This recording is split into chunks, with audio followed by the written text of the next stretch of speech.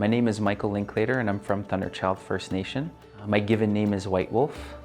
Anuah kumagantik tatamska tinawaw. Wab maingan na sigasun. Agwa kaptigo ostinya. So I'm Cree, I'm from Thunderchild, that's where I descend from. Saskatoon is home, we're part of Treaty 6 territory. And what I do is I help. I help wherever I can. And that's led me to a lot of different places with a lot of different organizations. My connection with basketball, I think, will run through my veins. It has been the vehicle that has given me a lot of the gifts I have.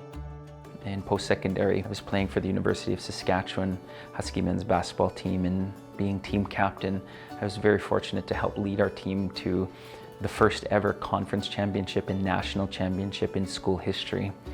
And I represented Team Canada at the World Cup for 3x3. And I was very fortunate to also finish my career playing in the inaugural season of the Canadian Elite Basketball League for my hometown and home team, the Saskatchewan Rattlers. And again, making history by winning the league's first inaugural national championship. I've just recently created my own company called Sokisawin Solutions.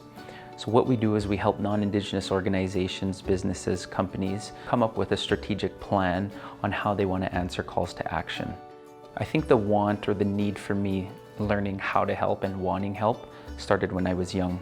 I was raised by my great aunt and her late husband, Maria and Walter Linklater. Watching them dedicate their lives to helping others was something that inspired me at a very young age. Our own people struggle with a lot of different things because of the intergenerational trauma that we suffer from residential school systems. And they realized the work that needed to be done prior to reconciliation even being discussed. The reason why I'm sitting here in front of you today is because I stand on the shoulders of those who've come before me. I've had a lot of struggles, as everyone does, and if it wasn't for them, I wouldn't be here today. And I realize I'm now in that position and in that role, so it is my responsibility, and I believe it's our responsibility as human beings when we get to a certain point in life where we've accumulated enough knowledge that we're able to share that to the next generation. I think today we get so lost in our day-to-day where we're focused on me, myself, and I, where we're not necessarily focused on what we're leaving behind for our children and our grandchildren.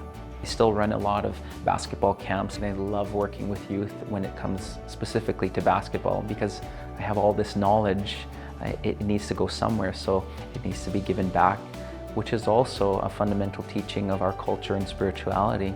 Because when you have an abundance of something, it is our teachings that you need to share. And that's something that I abide by to this day.